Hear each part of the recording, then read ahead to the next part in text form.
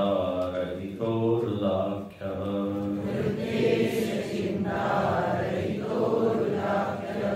कथं स्मरामस्तममेयमेकम्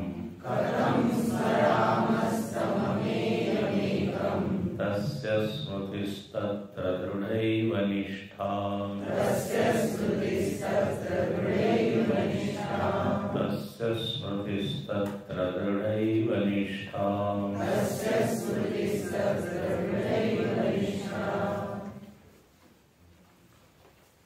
भगवान रमण महर्षि रचित सद्दर्शन ग्रंथ वेदांत का ग्रंथ है, अद्वैत वेदांत का ग्रंथ है। प्रश्न है कि वेदांत किसको कहते हैं? तो कहते हैं वेदांतो नाम उपनिषद प्रमाणम। वेदांत कहते हैं उपनिषद। वेदांत का दूसरा नाम उपनिषद है। और प्रश्न है उपनिषद किसको कहते हैं? तो एक शब्द को आपने दूसरे शब्दों से रिप्लेस कर दिया। तो उपनिषद जो है वो वेद का अंतिम ज्ञान है, अंतिम भाग बोलते हैं उसको, या अंतिम ज्ञान। वेद में अनंत प्रकार के ज्ञान है, सारी लौकिक विद्याएं हैं, पारलौकिक विद्याएं हैं, और उसी वेदों में आत्मविद्या भी है। जो अंतिम विद्या है, ये ऐसी विद्या है जिसको जान लेने के बाद और कोई विद्या जानने के लिए शेष नहीं रहती, उसकी आवश्यकता नहीं रहती। जितने भी ज्ञान विज्ञान हम प्राप्त करते हैं उसका प्रयोजन एक ही होता है कि जीवन हमारा पूर्ण हो, जीवन में तृप्ति आए, आनंद आए, अपूर्णता अधूरापन का नाश हो। और भले ये कार्य ब्रह्म विद्या या आत्मविद्या ही करने में समर्थ है। बाकी सारी विद्याएं भी कुछ हद तक हमको तृप्ति देती है, उसमें कोई शंका नहीं है। सारी विद्याएं हमारी ही मदद करती। जितना भी विज्ञान है, साइंस है, कंप्यूटर साइंस है, फिर सिविल इंजीनियरिंग है, फिर मैकेनिकल इंजीनियरिंग है, यूनिवर्सिटी में जितनी विद्याएं पढ़ाई जाती है वो सब के सब हमारे जीवन को सुखी बनाने के लिए, इसलिए लोग पढ़ते हैं। मेडिकल साइंस है, रोग निवृत्ति का उपाय वही बताते हैं। लेकिन अध्ययन से ये मालूम होता है कि चाहे आप जितनी ही ये विद्याएं प्राप्त कर लो, कुछ न कुछ अधूरापन रहता है, अपूर्णता रहती है। और ठीक इसके उल्टा जिसको आत्मज्ञान मिल जाता है, आत्मविद्या मिल जाती है, फिर उसको कभी नहीं लगता कि मुझको अब मेडिकल भी पढ़ना है और इंजीनियरिंग भी पढ़ना है। उसको तृप्ति मिल जाती है। यद ज्ञात्वान पुनर्ज्ञेयम्। तो असल में मुक्ति दिलाने वाली विद्या पूर्णतः अपेक्षित मुक्ति नहीं है। पूर्ण रूपेण यदि मुक्ति चाहिए तो ये ब्रह्म विद्या ही ये काम करने में समर्थ है। नारद जी सनकादि ऋषि के पास जाते हैं और वो यही मांग करते हैं कि हमको आत्मविद्या दीजिए। उनके पास दुनिया की सारी विद्या है। नारद जी बहुत बड़े ज्ञानी हैं। नारद जी को झगड़ा लगाने वाले नहीं है। उनको ज्योतिष विद्या आती है, खगोल भूगोल, नृत्य, संगीत, कला, स्थापत्य सब आता है। लेकिन फिर भी वो कहते हैं अहम भगवत शौचामि, तरति शोकम आत्मविद श्रुतवाम। मैंने ऐसा सुना है कि जो आत्मविद होते हैं वो तो इस संसार को पार कर जाते हैं। संसार को पार करना मतलब दुख को पार करना। तो कृपया आप हमको वो विद्या दीजिए।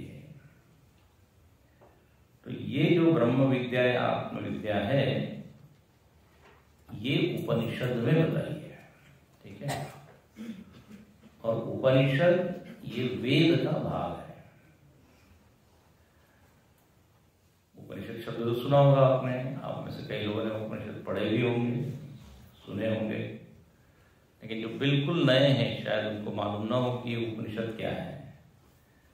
तो उपनिषद वेद का ही भाग है और उस उपनिषद ने आत्मा का ज्ञान कराया है। जैसे विष्णु सहस्त्रनाम महाभारत का ही क्या है, भाग है कि नहीं?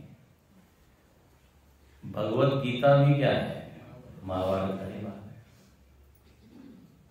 है। ऐसे ही उपनिषद वेद के भाग है, इसलिए उनको वेदांत,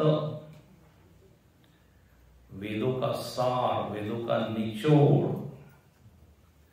वेद जो ज्ञान हमसे चाहता है कि आप इसको प्राप्त करो, इसके बाद फिर कुछ जानने के लिए नहीं रहेगा। तो ये उपनिषद में ब्रह्म विद्या बताई। अब इन उपनिषदों को समझने के लिए अनेक महात्माओं ने ग्रंथ लिखे, प्रकरण ग्रंथ उनको कहते हैं, तत्वबोध आदि। तो ये जो सद्दर्शन है इसको आप प्रकरण ग्रंथ तो वैसे नहीं कहेंगे, ये तो महर्षि रमण के अनुभव का ग्रंथ है। लेकिन निश्चित ही ये सद्दर्शन ग्रंथ, क्योंकि इसमें कोई बेसिक परिभाषाएं वगैरह तो नहीं है जैसे अन्य प्रकरण ग्रंथों में होती है, उस तरह से यहाँ नहीं है। यहाँ सीधे उस आत्मा का वर्णन है। तो निश्चित ही जिसने प्रकरण ग्रंथ पढ़े होंगे उसको ये ग्रंथ पढ़ने में आसानी होगी, और ये ग्रंथ पढ़ने के बाद उपनिषद समझने में आसानी होगी, ऐसा है। तो यहां पर उस तत्व का ही, जिसको हम ब्रह्म कहते हैं, आत्मा कहते हैं, उसी के वर्णन से यहां पर रमण महर्षि शुरुआत करते हैं। कहते हैं देखिए, इस जगत को जब आप देखते हो तो जगत में अस्थि बुद्धि हमारी बनती है। अस्थि बुद्धि, अस्थि का मतलब है। पूरा जगत आपको है के रूप में ही अनुभव में आता है। सूर्य है, चंद्र है, ब्रह्मांड है, नदी है, पहाड़ है, तो सबका अस्तित्व अनुभव में आ रहा है। तो उनका कहना यह है कि सब में यदि अस्तित्व का अनुभव हो रहा है तो सब में एक कॉमन अस्तित्व होना चाहिए। जैसे मैंने उदाहरण दिया था, सभी आभूषणों में हमारी ये बुद्धि है कि सोने के आभूषण है, तो सारे आभूषणों में कॉमन क्या है, सोना। चूड़ी में अंगूठी नहीं है, अंगूठी में नेकलेस नहीं है, लेकिन सब में स्वर्ण अस्थि। तो ऐसे ही यहां पर ये जितनी वस्तुएं दिख रही है उनका एक रूप दिखता है और उनका एक नाम दिखता है। पूरे जगत में अब आप खोल के देखिए, नाम और रूप, नाम और रूप, ये दो चीजें आपको दिखेंगी। अब ये नाम और रूप किसके हैं, ये मिट्टी ने एक रूप लिया तो उसको बोल दिया घट, नाम क्या हो गया, घट, और आकार क्या हो गया, घट, मिट्टी, और मिट्टी का एक रूप। उसी घट को तोड़ दिया कुमार ने और उससे बना दी सुराही। सुराही यानी सुराही। दूसरा शब्द क्या है? ठंडा पानी रखने के लिए होता है, मराठी में क्या होता है? सुराही। ठीक है, चलो उसको भी तोड़ दिया, उसने बना दिया प्लेट। तो रूप बदल रहा है, लेकिन मृत्तिका तत्रैव अस्ति। तो अब यहाँ प्रश्न ऐसा कर रहे हैं रमण महर्षि कि क्या मृत्तिका के बिना, मिट्टी के बिना ये बुद्धि आपकी बनेगी क्या कि ये घट है, ये मटका है, ये सुराही है? मिट्टी के बिना ये विचार बनेगा क्या? नहीं। मिट्टी है तो घट है, ध्यान रखना। घट है तो मिट्टी है नहीं, मिट्टी है तो घट है। मिट्टी ने नाम रूप लिया तो एक घट बन गया, फिर मिट्टी ने दूसरा नाम रूप लिया, दूसरी वस्तु। तो किम्नु क्या, किम्नु विहाय, विहाय मतलब हटा के, मृत्तिका को हटा के ये कभी थॉट बनेगा नहीं कि ये मिट्टी का घट है। बोले ठीक है, ऐसे ही ये थॉट कभी नहीं बनेगा यदि इसमें है न हो तो, कि ये पुरुष है, स्त्री है, ये सूर्य है, चंद्र है। तो एक है होना चाहिए। उस है ने ही क्या किया है? नाम और रूप ले लिया। अस्तित्व का ही नाम पुरुष है, अस्तित्व का ही दूसरा रूप है स्त्री है, अस्तित्व ने तीसरा आकार लिया वृक्ष है। तो अस्तित्व ने ही ये क्या किया हुआ है? सारे आकार लिए हुए हैं। ये याद कहना। एक बार गुरुदेव वहां सिद्धवाड़ी गए और वो बाग बगीचा बड़ा अच्छा, उसके शौकीन थे। आते ही वो एक राउंड लेते थे आश्रम में। तो किसी ने पूछा, उनके साथ भक्त लोग थे, बोले पेड़ किसका है? पूछा ऐसा सच। तो गुरुदेव ने कहा ये अस्तित्व का पेड़ है, आम का या जामुन का नहीं है। अस्तित्व ने एक विशिष्ट आकार ले लिया, वो बन गया पेड़। अस्तित्व ने ही दूसरा आकार लिया, बन गया पशु पक्षी। तो कैसे अद्भुत यहाँ पे बात कही। उस अस्तित्व को यदि हटा दे तो आपको ये जगत जो दिख रहा है करके, ये अनुभव में नहीं आएगा। अच्छा, तो ये पहला पॉइंट हुआ। है ऐसा है कि जिसका आकार नहीं है, लेकिन उसके बिना कोई आकार नहीं रहेगा। खुद का कुछ आकार नहीं है, बट जितने भी आकार है उसके मूल में वो बैठा हुआ है। अंग्रेजी में उसको कहते हैं इजनेस, अस्तित्व, इजनेस, है पना। तो अच्छा, अब किसी ने कहा ठीक है, ये बात तो समझ में आ रही है, एक चीज है। देखो हम लोगों का ध्यान क्या होता है? नाम रूप के ऊपर रहता है, आकार के ऊपर होता है, लेकिन एक अस्तित्व उससे अलग है, ये हम नहीं समझ पाते। हमको लगता है नाम रूप का ही अस्तित्व है। जब आप कहते हैं घट है, तो आपको क्या लगता है? हमको क्या लगता है? घट का अस्तित्व है, लेकिन वो बात उल्टी है। अस्तित्व ने एक विशेष आकार लिया, वो है घट। बहुत सूक्ष्म बात है। दिखता आंख से हमको क्या है दिखता है कि घट दिखता है? घट दिखता है। हर वाक्य के दो टुकड़े करो, दो भाग करो। घट अस्ति, पटम अस्ति, वस्त्रम अस्ति, पशु अस्ति। तो अस्ति अस्ति अस्ति हो गया, और बाकी इधर ये हो गया। अच्छा, ये बदलने वाला है। जैसे बीज अस्ति, बीज है, अब बीज से अंकुरण हुआ तो पौधा है। बीज गया, अब क्या गया? पौधा। लेकिन है कंटिन्यू रहा। बीज है और पौधा भी है ना। ऐसा तो नहीं कि बीज नहीं तो पौधा भी नहीं है। बीज नहीं है लेकिन अब पौधा है। पौधे से क्या बढ़ गया? वृक्ष अस्ति, पेड़ है। तो एक चीज कॉमन है, चल रही है, इधर वाली चीज बदल रही है। वृक्ष अस्ति, फिर वृक्ष को आपने काट दिया तो लकड़ी अस्ति। लकड़ी को कहते दारू, दारू कहते हैं उसको संस्कृत में। तो काष्ठ अस्ति, लकड़ी।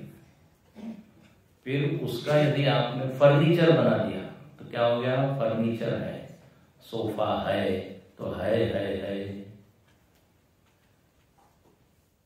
तो बस ये है ही सत है, इसको ही सत कहते हैं। भगवत गीता के दूसरे अध्याय में इस सत की परिभाषा दे दी, ना सतो विद्यते भावः, ना भावो विद्यते सतः। इसका अर्थ है सत उसको कहते हैं जिसका कभी भी अभाव नहीं होता। नाम रूप का अभाव होता रहता है, तो जो अभाव भी सत भाव है। तो ना सतो विद्यते, सत की एक परिभाषा यह दी गई कि अस्तित्व उसको कहते हैं जो स्वतः सिद्ध है। ध्यान रखना, जो स्वतः सिद्ध है उसको सिद्ध करने के लिए और किसी की आवश्यकता नहीं। जैसे घट को सिद्ध करने के लिए मिट्टी की जरूरत है, लेकिन मिट्टी तो पहले ही है। घट को सिद्ध करने के लिए मिट्टी की जरूरत है, लेकिन इस उदाहरण में मिट्टी क्या बोलेंगे आप? स्वतः सिद्ध है। घट स्वतः सिद्ध नहीं है। घट में से यदि मिट्टी निकाल दिया जाए तो घट असिद्ध हो जाएगा। असिद्ध मतलब नष्ट हो जाएगा। तो जो सत्ता हमेशा से है, जिसको सिद्ध करने के लिए और किसी की जरूरत नहीं है, इसलिए सत की एक परिभाषा दे दी गई, त्रिकालेपि तिष्ठति इति सत्, जो तीनों कालों में स्थित है। कल भी थी, आज भी है जो सत्ता, और कल भी रहेगी। हो गया त्रिकाल।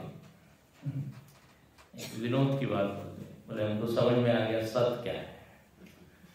अच्छा क्या समझा? बोले क्या परिभाषा? जो कल भी था, आज भी है, कल भी रहेगा। बोले हमको समझ में आ गया, दुख ही सत्य है। कल भी था, आज भी है, कल भी है। उसने कहा समझ में आ गया, टेंशन ही सत्य है। त्रिकाल एक सही नहीं है। टेंशन कम ज्यादा होता है, दुख भी आता जाता है, हमेशा दुख रहेगा नहीं। तो ये सत कहाँ खोजे? ठीक है, आपने बता तो दिया सत की परिभाषा, सत का अर्थ समझ में आ गया। जो सच्चिदानंद बोलते हैं उसमें भी यही सत है। अच्छा, ये सत को हम कहाँ देखें? तो दूसरी पंक्ति देखिए, रुधि एषो, ये हृदय में इसका अनुभव होता है। दूसरी पंक्ति, रुद्देश चिंता रहितो हृदाख्यः। एषः सत, ये सत कहाँ है? रुधि, रुधि का अर्थ है हृदय। अच्छा, तो देखो हृदय, हृदय मतलब यहाँ पे, और इसको, इस आत्मा, इस सत को ही दूसरा नाम है रुत, रुत आख्य। इसको रुत भी कहते हैं। इस सत का दूसरा नाम क्या है? रुत। अच्छा, और इस रुत या सत, रुत सत एक ही है। ये रुत कहाँ अनुभव में होता है? तो बोले हृदय में। ये हृदय शब्द इसीलिए बनता है कि जहां रुत है, जहां रुत का अनुभव होता है वो हृदय। रुत मतलब क्या होता है अभी? सत्य। देखो, जब भी हमको अपने बारे में बोलना होता है मैं, तो हाथ कहाँ जाता है? यहाँ। मैं। कोई ये नहीं कहता मैं आपसे प्रेम करता हूं, गड़बड़ है। तो मैं आपका मित्र हूं, मैं। तो क्योंकि ये हृदय में ही हमको अहम की अनुभूति होती है। अहम मतलब मैं। तो कहाँ खोजे सत्य को? तो हृदय में। इसलिए सारे ऋषि मुनियों के फोटो आपने देखे होंगे, सब आंख बंद करके ऐसे बैठे। समाधि कहाँ लगाते हैं? तो हृदय। अंतर्मुखी होना पड़ता है। भले ही सत्य सब में व्याप्त है, ध्यान रखना, अभी बताया हमने है, लेकिन यदि उसको आपको उपलब्ध करना है, उपलब्धि स्थान क्या है? हृदय। कई बार हम उदाहरण दे चुके हैं, जो लोग हमारे पहले प्रवचन सुने हुए हैं उपनिषद इत्यादि की, उसमें हम कई बार बता चुके हैं कि जैसे भारतीय सरकार सब दूर व्याप्त है पूरे भारत में, लेकिन यदि कुछ सरकारी काम करना हो तो आपको कहाँ जाना पड़ेगा? सरकारी ऑफिस में। और यदि आपका भाग्य अच्छा हो तो वहां कोई मिलेगा, नहीं तो कुर्सी खाली। तो उपलब्धि स्थान वो है, भले ही व्यापक है। दूसरा एक उदाहरण, जैसे अब आप साइकिल चलाते नहीं है, तो सब गाड़ी वाले हो गए, बाइक हो, साइकिल में हवा नहीं है। अब हवा तो बोले कहीं भी है, साइकिल को उठाओ बस। हवा भले ही सब दूर उपलब्ध है, लेकिन उसको एक विशिष्ट स्थान में आपको साइकिल को ले जाना पड़ेगा, पंप से करेगा। ऐसे ही भले ही परम तत्व सत्य सब दूर है, लेकिन हृदयेश पहले उसका अनुभव चेतन के रूप में यहाँ पे होता है, भीतर होता है। कॉन्शियसनेस या चेतन, वही सत परमात्मा ज्ञात हो रहा है, भान उसका सतत है, मैं हूं मैं हूं। तो कहाँ हो रहा है? तो हृदय में। तो हृदय, इसलिए गीता में भगवान कहते हैं, भगवान से पूछा आप कहाँ रहते हैं? सर्वस्य चाहं हृदि सन्निविष्टो। ईश्वर सर्वभूतानां हृदयेषु तिष्ठति। ऐसा यहाँ पर कहा कि हृदय में, और इसका नाम ही है हृद। ये हृद आख्य, आख्य का मतलब संज्ञा नाम। अच्छा, अब ये जो सत है, जो सतत अनुभव में हमको आ रहा है, मैं हूं, है ना? ये सत क्या किसी थॉट का नाम है क्या? किसी वृत्ति का नाम है क्या? किसी भावना का नाम है क्या? बोले नहीं, चिंता रहित हृदय, चिंता रहित। चिंता रहित का मतलब है ये एक विचार का नाम नहीं है। ये सत्य या चेतन या आत्मा एक विचार का नाम नहीं है। विचार तो अनंत है, वो आते हैं जाते हैं, है कि नहीं? विचारों के प्रकार है, सुखद विचार, दुखद विचार, सात्विक, राजसिक, तामसिक।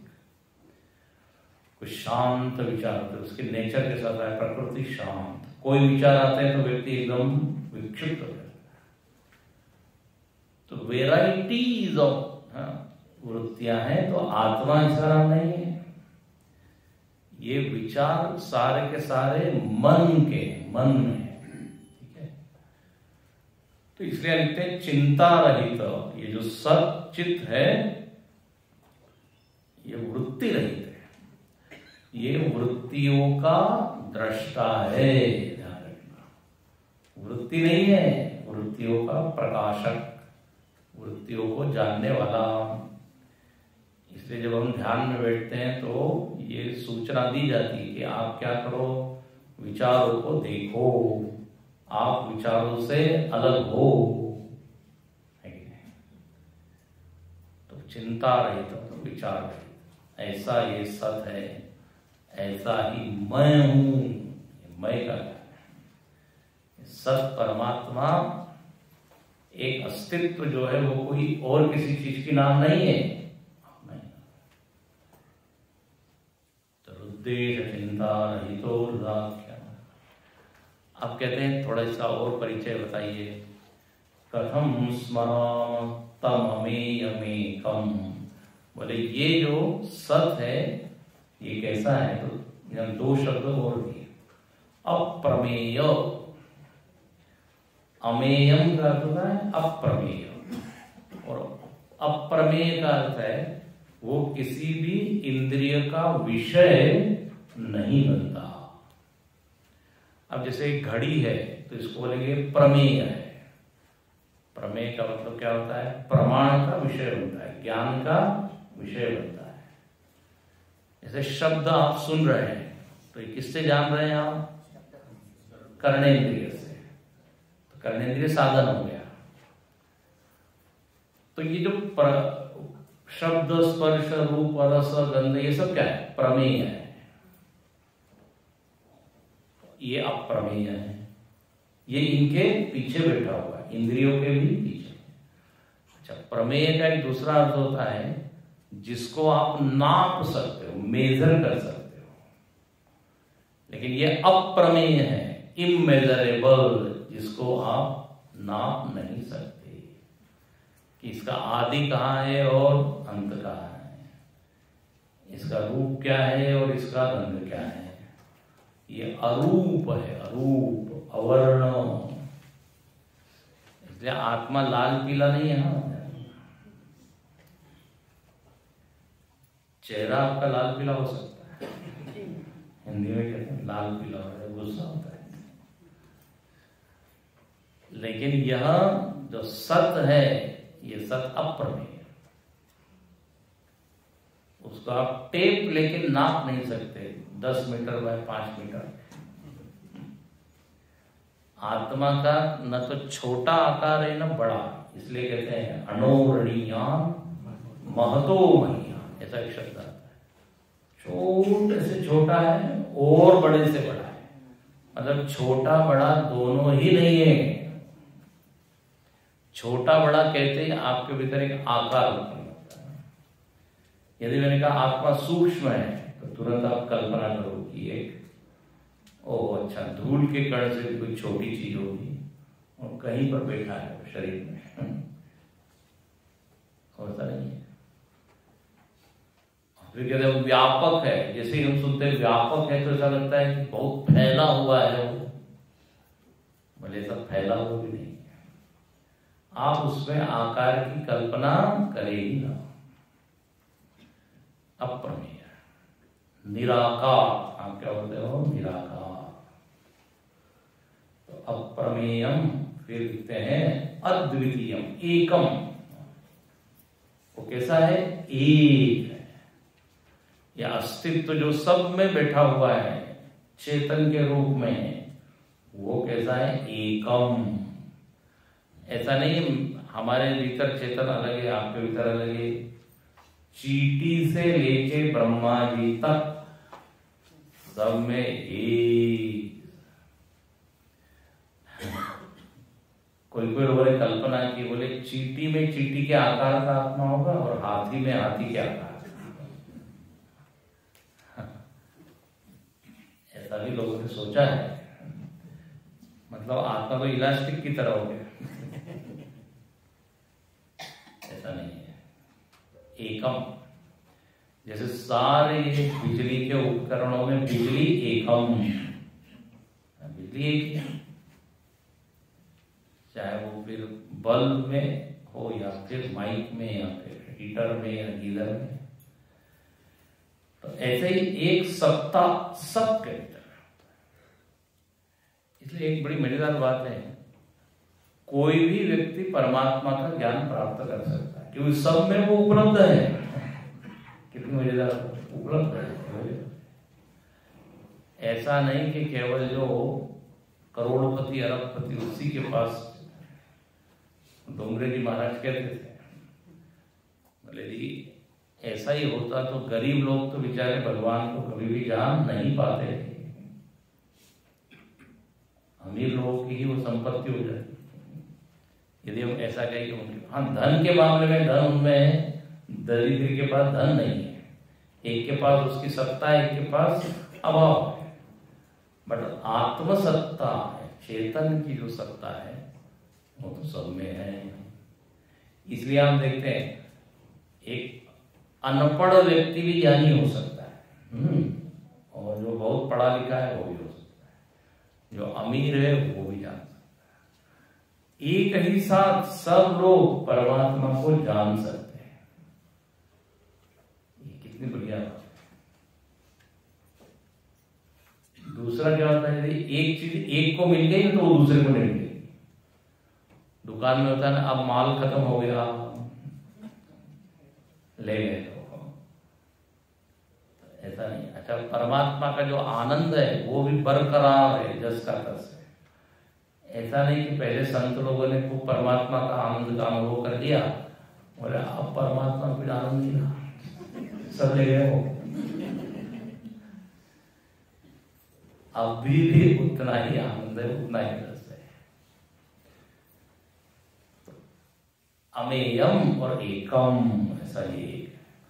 अब कहते हैं कथम स्मरण, ये परमात्मा अपना ही आत्मा बन के बैठा है, चेतन बन के बैठा है, हमसे अलग है नहीं, तो मैं उसका स्मरण कैसे करूं? ऐसा कहते हैं कथम स्मराम। ऐसा यहाँ लिखा है, हमसे, देखो स्मरण किसका होता है? जो हमसे अलग हो।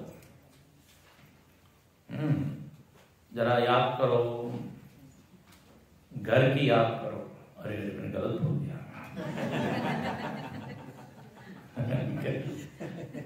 6 दिन के लिए याद रखता, लेकिन सबके भीतर एक वृत्ति आ गई। तो आपसे जो अलग है उसका तो आप स्मरण कर सकते हो।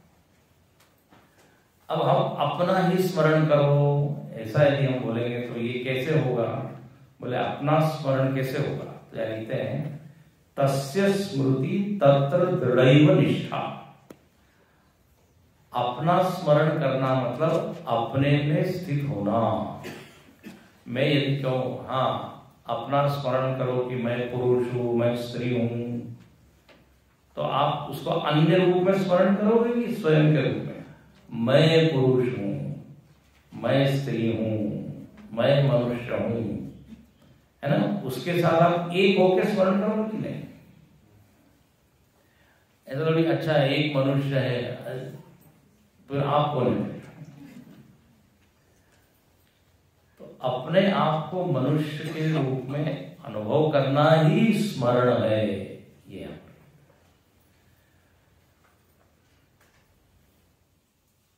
हम अपने को जान रहे हैं कि मैं ये हूं, बस यही हो गया क्या? स्मृति। उससे हम एक होकर स्मरण करते हैं, जो हम होते हैं उससे एक होकर हम अपने आप को स्मरण करते हैं। जैसे जरा याद करो भाई, तुम इंजीनियर हो, तो इसलिए कल्पना करेंगे कि अच्छा कोई एक इंजीनियर है, उसकी बात कर रहे हैं। किसकी बात कर रहे हैं? मेरी। तो स्मरण में दो तरह की बात हुई, एक अपने से अन्य का स्मरण करना, एक अपने खुद का स्मरण करना। जब आप अन्य का स्मरण करते हो तो उसमें बुद्धि लगती है, उसमें वृत्ति लगती है, और आप याद करते हैं अच्छा ये चीज ऐसी ऐसी। अपना स्मरण करते हैं तो कोई कल्पना नहीं करते, सीधे हम उससे एक रूप हो जाते हैं। तो तस्य स्मरण, आत्मा से एक रूप होकर ही हम आत्मा का स्मरण कर सकते हैं, आत्मा से अलग रहकर नहीं। ऐसा है। तो आत्मस्वरूप में निष्ठा होना ही क्या है? आत्मा का स्मरण है। निष्ठा मतलब स्थिति। तो इस तरह यहां पहले श्लोक में उस सत्य का परिचय कराया। उस सत्य का अनुभव कहां करें? तो हृदय में करें। ये सत कैसा है? तो बोले जिसका कोई आकार नहीं है, जो एक है और वो आपसे अलग नहीं है, तो उसका मैं अलग से स्मरण कैसे करूं? कथम स्मरण? उससे एक रूप होकर ही स्मरण किया जा सकता है। अब कहते हैं ये आत्मा सत्स्वरूप है, अस्तित्व रूप है, नित्य विद्यमान है। अब यह कहते हैं कि ये सत ही कैसा है? अमृत है। अमृत है, अमृत मतलब मरता नहीं है। अब जो अगला श्लोक है उसमें सत परमात्मा का ही नाम है मृत्युंजय। शिव जी का नाम है ना? हाँ, तो देखो यदि आपको मृत्यु से परे जाना है, मृत्यु पर विजय प्राप्त करना है, तो क्या करें? तो देखो, मृत्युंजयं मृत्युभिराश्रितानां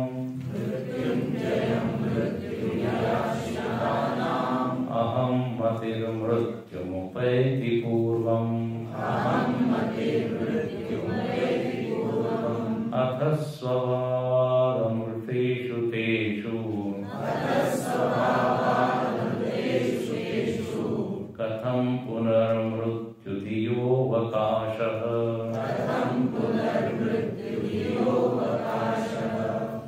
मृत्युंजयं मृत्युभिराश्रितानां अहं मतिर्मृत्युमुपैति पूर्वम् अथ स्वभावादमृतेषु तेषु कथं पुनर्मृत्युधियोऽवकाशः।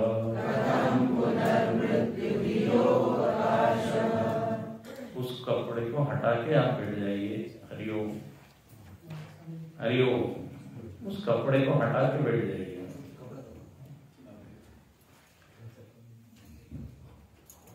इसलिए पहले आने में फायदा है, खुशी नहीं मिलेगी नहीं तो।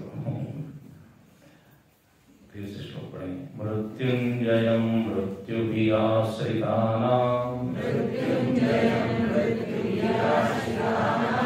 अहं मतिर्मृत्युमुपैति पूर्वम् अथ स्वभावादमृतेषु तेषु कथं पुनर्मृत्युधियोऽवकाशः।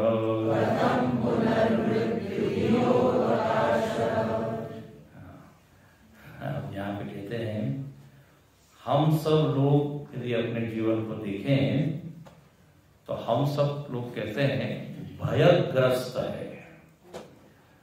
इसलिए यह शब्द दिया है भियाश्रितानां।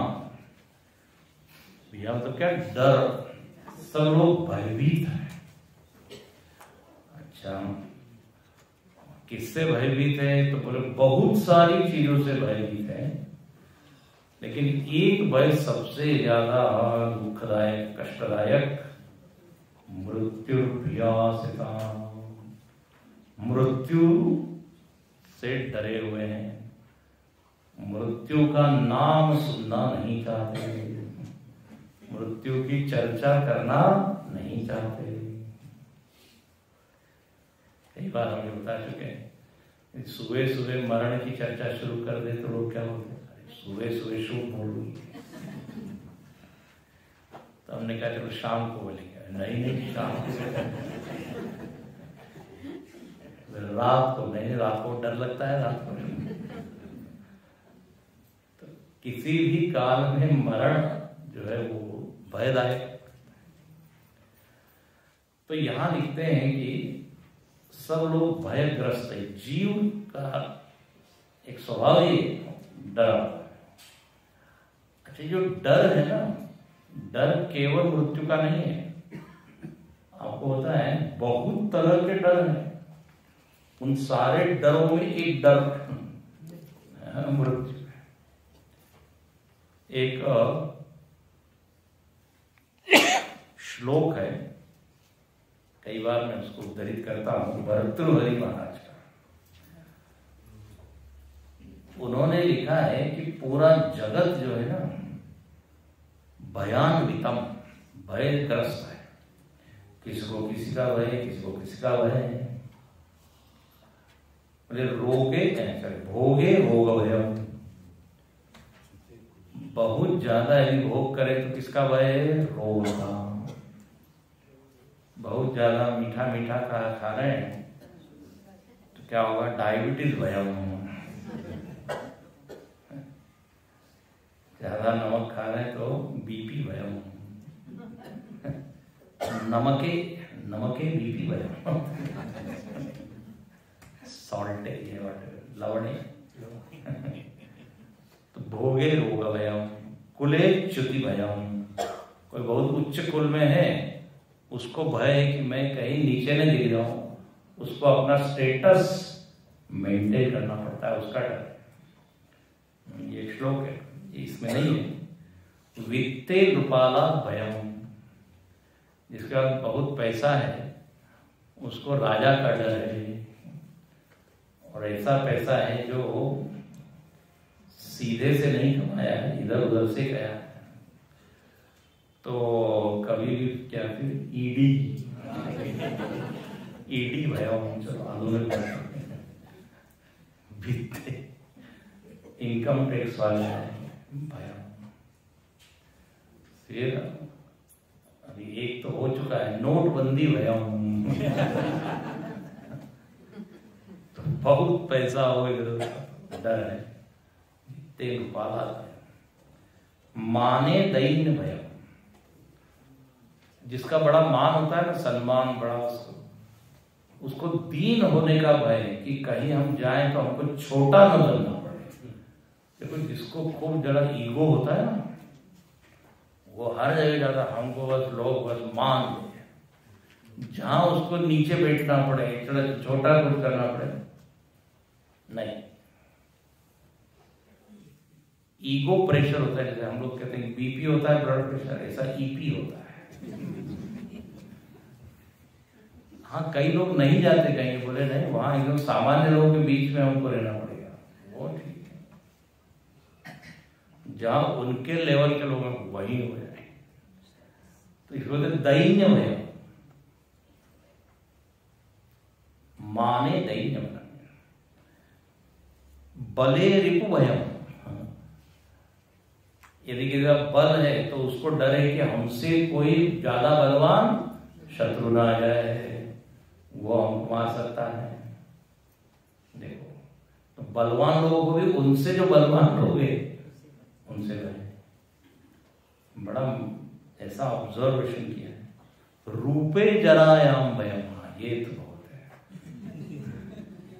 रूप वाले जो है, सुंदर रूप वाले, उनको भय किसका है, जरा, वृद्धावस्था का। खूब वो ट्राई करते हैं इधर उधर सबका पूरा कि बिल्कुल चेहरे की झुर्रियां न दिखे, बाल जो है वो बिल्कुल पेंटिंग वेंटिंग करके काला बना, लेकिन वो धीरे से एक सफेद निकल जाता। इस सत्य को स्वीकार करें कि आप जो भी करें, प्रकृति थोड़ी आपको पूछेगी कि हम आपको तरुण युवा ही बनाएंगे, हमारा तो काम है सबको। हालांकि इतने कारखाने बने हैं, सुंदरता के कारखाने हैं, जहाँ पे आप जाते हो सुंदर होके निकलते हो, लेकिन वो थोड़ी देर 2-4 घंटे फिर जाना पड़ता है। तो जरा का भय, इसको बड़ा अपना रूप का ही अभिमान है।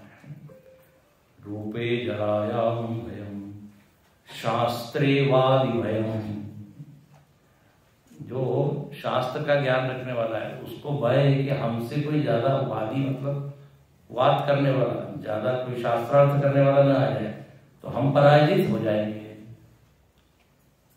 है ना, कितना अच्छा श्लोक, सबको कवर किया इसमें। शास्त्रे वादि भयम गुणे खलु भयम, गुणे, जिसके पास बहुत गुण है, उसको ये भय है कि कहीं दुर्गुण ना आ जाए, कहीं गलत विचार गलत विकार ना आ जाए, तो उसको डर है। फिर कहते हैं काये कृतांतात् भयम्, शरीर को मृत्यु का भय, जो यहाँ पे है। काये कृतांत, कृतांत का मतलब यमराज, मृत्यु का भय। अरे कब आ धमकेगा मालूम नहीं, इसलिए यमराज से लोग कंप्लेंट करते हैं कि आप एकदम आ जाते हो, थोड़ा नोटिस तो दिया करो। तो बोले हमने नोटिस भेजे हैं, बाल सफेद हुआ है पहला नोटिस, हाथ में लकड़ी आ गई दूसरा नोटिस, आंखों में चश्मा लग गया तीसरा नोटिस। ये सब नोटिस तो कोई तैयार हो जाए तो हो जाए। तो कृतांत, हाँ, मृत्यु का भय है, जिसको शरीर में बहुत ज्यादा अहम बुद्धि, काय, अभी आएंगे उसके ऊपर। इस तरह सर्ववस्तु भयावहम भुवि, इस पूरे ब्रह्मांड में सब लोगों को भय भय भय लगा हुआ है।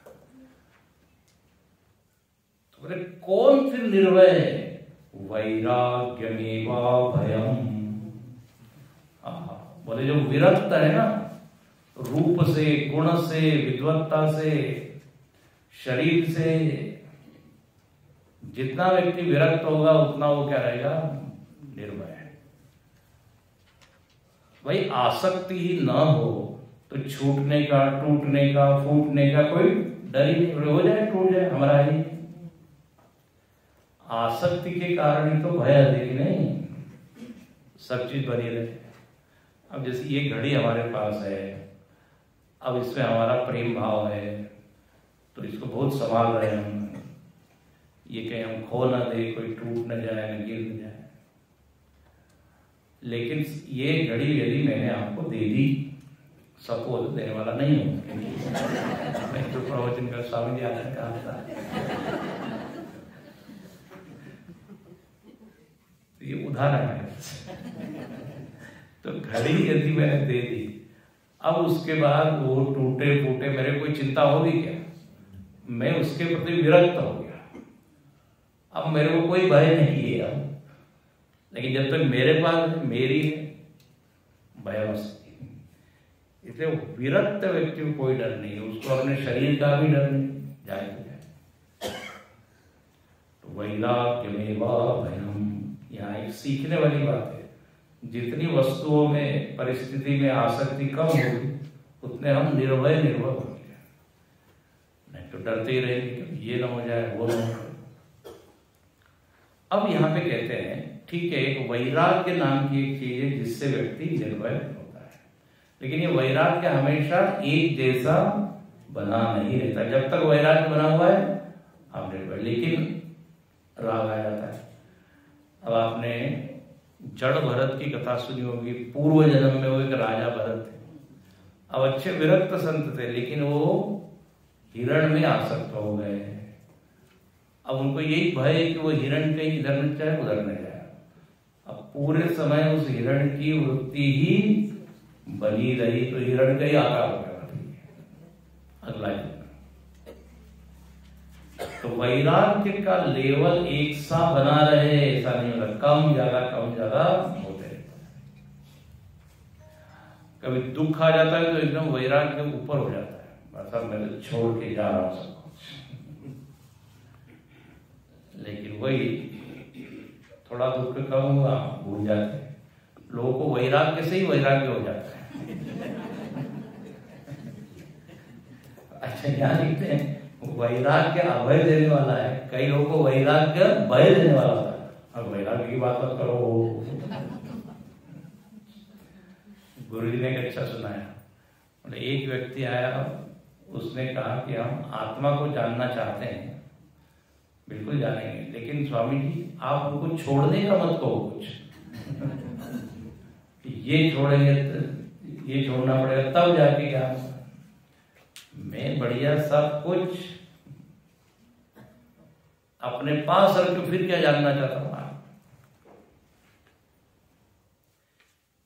ये ऑनलाइन कक्षा हमको क्यों अच्छी लगती मालूम है? बिस्तर को छोड़े बिना आप ब्रह्म ज्ञान का अनुभव श्रवण कर सकते, चाय की चुस्कियां देते हुए सत्यम ने ये उसमें है, सुविधाओं के साथ। वैराग्य के द्वारा कहते हैं व्यक्ति भय से छूटता है, लेकिन यहाँ कहते हैं कि ये वैराग्य उपाय थोड़ा सा हल्का है, उससे बड़ा उपाय क्या है? मृत्युंजयम। बोले मृत्युंजय भगवान का यदि आप आश्रय मिले, जिसने मृत्यु को जीत लिया है, भगवान शंकर का नाम ही मृत्युंजय, उनकी यदि शरण ले लें तो आपको फिर मरण का भय नहीं सताएगा। देखो जो मार्कंडे, यहाँ की जो कथा स्वामी जी ने बताई, मार्कंडे जो शिव भक्त थे, 16 वर्ष के, यमराज आए तो वो शिवलिंग से लिपट गए। पहले से उन्होंने इतनी भक्ति की थी, तो शिव जी वहां पे खड़े हो गए, बोले ये मेरा भगत है, मेरी इसको सुरक्षा है। क्या कहते हैं? Z+। हाँ, तो वो सुरक्षा कवच है, you can not touch. Mrityunjay की शरण लेने से ये हुआ। ध्रुव महाराज ने इतनी भक्ति की, कहते हैं वो जब गए हैं ध्रुव लोक में, तो मृत्यु के ऊपर पैर रखकर फिर गए, विमान में चढ़े हैं, भागवत में आता है, मृत्यु के सिर पर, मानो उन्होंने मृत्यु को जीत लिया। तो देखिए, हम यदि ऐसे व्यक्ति के शरण में हैं जिसको मृत्यु स्पर्श नहीं कर सकती, तो फिर हम भी निर्भर हो सकते हैं। हमारे पीछे ये, जैसे एक छोटा बच्चा है, उसके लिए जो माता है, वो माता जी बिल्कुल ढेर सुरक्षा है, उससे बड़ा और कोई सुरक्षा कवच नहीं है। कहते ना, एक जहाज जा रहा था पानी में, और तूफान आया और बड़ी बड़ी लहरें उठ रही है, अफरा तफरी मची हुई है, कोई इधर भाग रहा है, कोई उधर भाग रहा है, डर रहे हुए हैं। लेकिन एक बच्चा जो है वह खेल रहा है उसमें आराम से। अरे बोले तुमको डर नहीं लग रहा है क्या? बोले जब माँ पास में, जो डरने की जरूरत है, इतना विश्वास। तो जो भक्त लोग होते हैं उनको डर नहीं लगता। सुखी मीन नीर गाधा एक बाधा, जिमी हरि शरण एक। बोले ऐसी मछली निर्भय होकर तैरती रहती है जहां खूब पानी होता है, अगाध पानी, सुखी रहती। बोले ऐसे ही जो भक्त है, वो भगवत शरणागति रूप जो जल है, उसमें वो तैरते हैं आराम से, उनको डर नहीं है। तो भक्ति एक ऐसा उपाय है जिसके द्वारा मृत्यु के भय से हम बच सकते हैं। यहाँ वही बात है, वो यहाँ लिखते हैं कि मृत्युंजय मृत्यु भयाश्रितानाम अहम मतिर मृत्युम उपैति पूर्वम। जब वो मृत्युंजय भगवान की शरण लेता है तो क्या होता है, उसकी अहम मति क्या हो जाती, गल जाती है, वो भगवान से एक रूप हो जाता है। तो बोले अब मेरे को मरने की कोई भीति नहीं, डर नहीं, शिवजी के साथ मैं एक रूप हूं। तो शिवजी तो मृत्यु के देवता है, महाकाल उनको कहते हैं ना, महाकाल उज्जैन है। तो डर किस बात का? तो मैं मरूंगा, ये जो मति है, ये मति उसकी समाप्त हो। ये कृपा, भगवान की कृपा का। अच्छा, अब इससे भी थोड़ी और आगे की बात है। किसको डर लग रहा है कि मैं मरूंगा, मैं मरूंगा? मुझको डर लग रहा है ना। तो बोले ये जो डरा हुआ है, जरा इसके ऊपर विचार करो, कौन है ये? वो आ गया, वो है माए। जब आप इसके ऊपर विचार करोगे कि मैं कौन हूं और क्या वास्तव में मैं मर सकता हूं क्या, जब विचार होगा आत्मा का तो क्या होगा मालूम पड़ेगा। अथ स्वभावात् अमृतेषु तेषु, ये उसको ये ज्ञान होगा कि स्व कभी भी मरता नहीं। आत्म चैतन्य ये जो सत है ये अमर है। जब वो आत्म विचार करेगा, भाई कब तक आप किसी का सहारा लोगे। जो छोटा बच्चा है, मम्मी का ही पल्लू पकड़ा हुआ है, हो गया वो 20 साल का, मम्मी अरे। तो भगवान क्या कहते हैं, मैं तुम्हारे आत्मा के रूप में बैठा हूं, उसको तुम देखो और तब तुमको कोई डर नहीं लगेगा। ये 4 तरह के भक्त होता है ना, आर्त, अज्ञान, जिज्ञासु, अर्थार्थी और ज्ञानी। तो ज्ञानी कौन है, जिसको अपने स्वरूप का ज्ञान हो गया और ये ज्ञान हो गया कि शरीर मरता है, अहम मरता नहीं है। आत्मा चेतन को कौन मारेगा, चेतन को मारने वाला कोई है ही नहीं। कॉन्शियसनेस जिसको हम कहते हैं अंग्रेजी में। तो अथ स्वभावात् अमृतेषु तेषु, जिसको इस अमृत स्वरूप अहम का, आत्मा का ज्ञान हो गया, कथम पुनः मृत्यु धियोवकाश, वहां पर मृत्यु के लिए अवकाश कहां है। अवकाश मतलब जगह, वहां मृत्यु के लिए विचार ही कहां है, जिसको ये ज्ञान हो गया कि मैं अमर हो गया। तो देखो ये जो भक्त लोग हैं, ज्ञानी लोग हैं, ये क्या है, इनको दोनों तरह से ज्ञान है। एक तो मैं भगवान की शरण में हूं तो कोई हूं, यदि मैं अपने आप को भक्त मान रहा हूं, ज्ञानी मान रहा हूं, तो मेरा स्वरूप ही क्या है, अमर है, तो मैं क्या करने की बात है। अच्छा, तीसरी एक चीज है, बोले ये शरीर है और शरीर तो मरने वाला ही है, तो डरना क्या है। यदि हम ठीक से ये पकड़ ले कि शरीर मरने वाला ही है तो डरने की बात नहीं। गड़बड़ कहां होती मालूम है, हमने माना हुआ है शरीर को मैं, ध्यान से सुनना है, बहुत महत्वपूर्ण। शरीर को माना हुआ है मैं, और हम शरीर को बनाना चाहते हैं अमर। और जहां थोड़ी कुछ मृत्यु की बात हुई तो डर लगता है। समझ रहे हैं ना, जो अमर है उसको आप समझिए ना, तो फिर आपको डर नहीं रहेगा। जो मरने वाली चीज है उसको आप क्या चाह रहे हैं, अमर हो जाए। ये जितने राक्षस लोग हैं ये तब करके यही गड़बड़ करते हैं। क्या कहते हैं कि ये शरीर मरे ना। ब्रह्मा जी अपने नियम की किताब देखते बोले ये तो कोई नियम है नहीं भाई, इस जगत का नियम है जातक से ही रोग मृत्यु। तो जिसका जन्म होगा, शरीर का जन्म हुआ है तो मरेगा ही। शरीर को आप चाहें कि अमर हो जाए वो नहीं होगा। तो इसलिए उससे ऊंची चीज जानो ना, आप तो खुद ही अमर हो। तो शरीर मरने वाला है ऐसा समझ के वो भयभीत नहीं होते, बोले तो जाने वाले, ये विवेक है और आत्मस्वरूप का ज्ञान है।